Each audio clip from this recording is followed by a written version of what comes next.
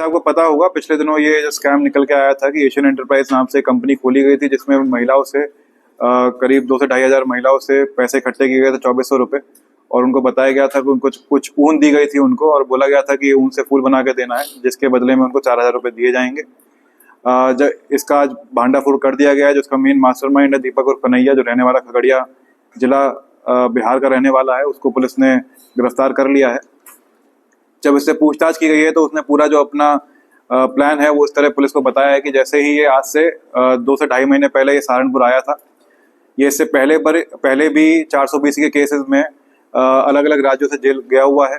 इसके पिताजी बिहार में पोस्ट मास्टर डाक विभाग में काम करते थे और वो भी जेल जा चुके हैं।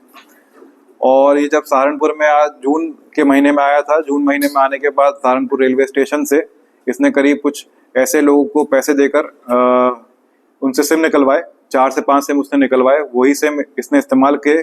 उसके बाद ये करीब वहाँ पे कैब ड्राइवर को लेकर, टैक्सी लेकर 2 से 3 दिन पूरे सहारनपुर में घूमा है। वहाँ पे उसने अलग अलग जगह स्टडी करी है कौन से ऑफिस सूट करेंगे इसको, कहाँ कहीं ऑफिस बना सकता है। उसके बाद फाइनली इसने एक प्रॉपर्टी रहने के लिए पैरामाउंट में रेंट करी। उसके बाद इसने ये एशियन एंटरप्राइज नाम का जो अपनी कंपनी थी वो खोली। वहाँ के जो बिल्डिंग के मालिक हैं उनसे उसने रेंट एग्रीमेंट कराया। रेंट एग्रीमेंट जो उसने कराया उसने अपने नाम से नहीं करवाया, वो इसका एक साथी है विनोद, जो रहने वाला उड़ीसा का है, उसको इसने बुलाया और उसके ही माध्यम से पूरा रेंट एग्रीमेंट हुआ। बैंक अकाउंट उसको खुलवाना था तो उसने अपना एक फर्जी आधार बनवाया। फर्जी आधार में इसने बताया कि इसके पास एक मोबाइल में एक ऐप है जिससे आधार में आप जो भी डिटेल डालोगे उस नाम से आधार बना के वो दे देगा, और वही आधार इसने बैंक ऑफ महाराष्ट्र में इस्तेमाल करते हुए एक अकाउंट बनवाया। तो इस तरह से इसने पूरी तरह से प्लानिंग करी। वहाँ पर जो एम्प्लॉयज रखे थे, 20 से 25 एम्प्लॉयज उसने रखे थे एजेंट के रूप में, वो उसने OLX के माध्यम से एडवर्टीजमेंट दे के रखे।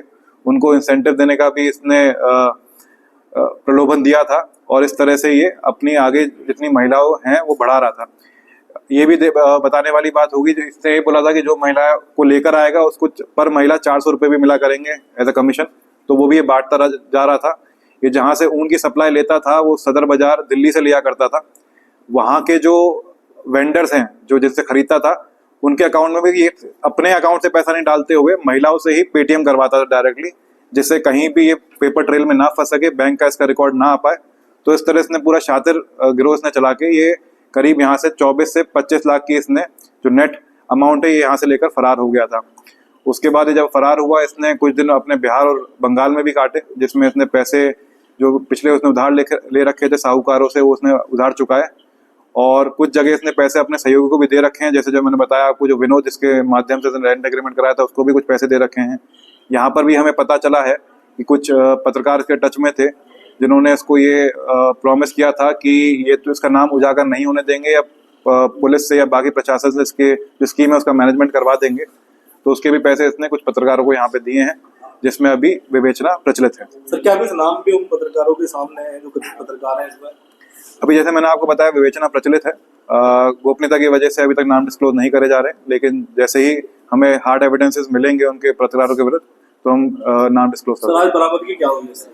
जी आज बरामदगी करीब कुछ 5.5-6 लाख रुपए की बरामदगी हुई है इससे, और इससे पहले भी जो इससे पहले अभी गया था इसके सहयोगी उससे भी कुछ बरामदगी हुई थी, और कुछ बैंक में भी हमने पैसा फ्रीज कर रखा है।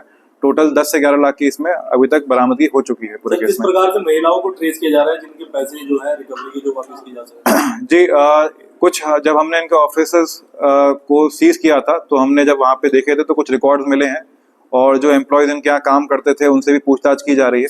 तो एक पूरा डेटा बन रहा है। 2 से 2,500 जो महिलाएं हैं जिन्होंने पैसे जमा करवाए थे, कुछ जो बैंक में आए थे वो बैंक अकाउंट के माध्यम से ट्रेस किए जा रहे हैं।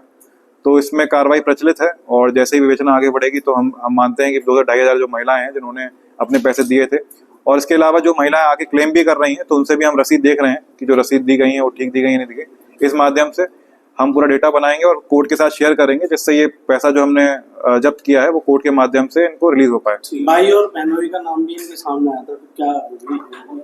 जी वही मैंने आपको बताया, ये कुछ इनके सहयोगी हैं जिन्होंने चाहे इनको छुपाने में सह दी है या इनके पैसों को ठिकाने में सह दी है। तो जैसे जैसे विवेचना चलेगी जिसका रूल सामने आता रहेगा उस पर कार्रवाई होती रहेगी।